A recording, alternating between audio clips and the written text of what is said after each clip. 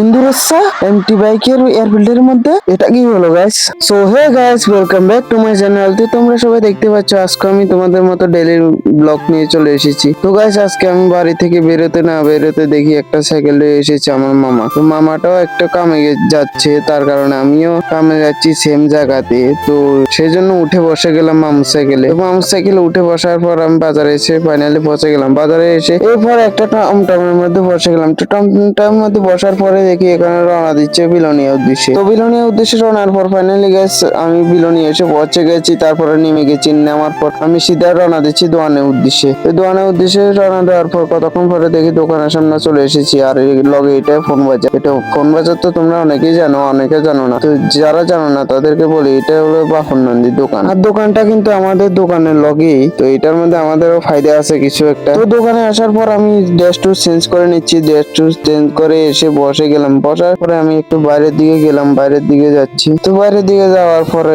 আজকে কিন্তু অনেকটাই কাম নাই, কোনো কামই নেই। তার জন্যই আমি চারপাশে ঘুরছি, দেখছি আর বসে রয়েছি, আর কোনো কাম তো নেই।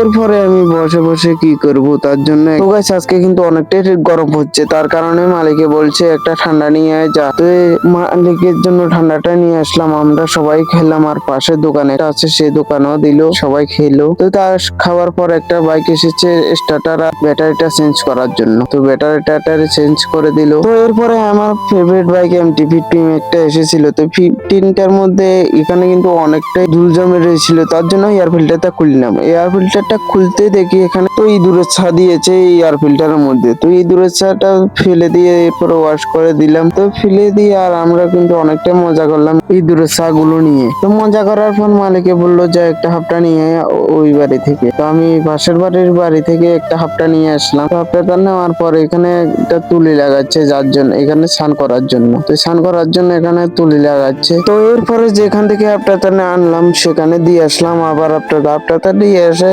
রাস্তা দিয়ে পার হচ্ছি। আর এখানে অনেকগুলো বাইক তার কারণে চেয়ে যেতে হয়। দিয়ে আসার পর এখানে দেখছি অনেকগুলো রেঞ্চ সেখানে ছিটে বিড়ে রয়েছে, যে যার কারণে এগুলো সবগুলোকে মুছে মাছে আবার আগের জায়গাতে রেখে দিলাম।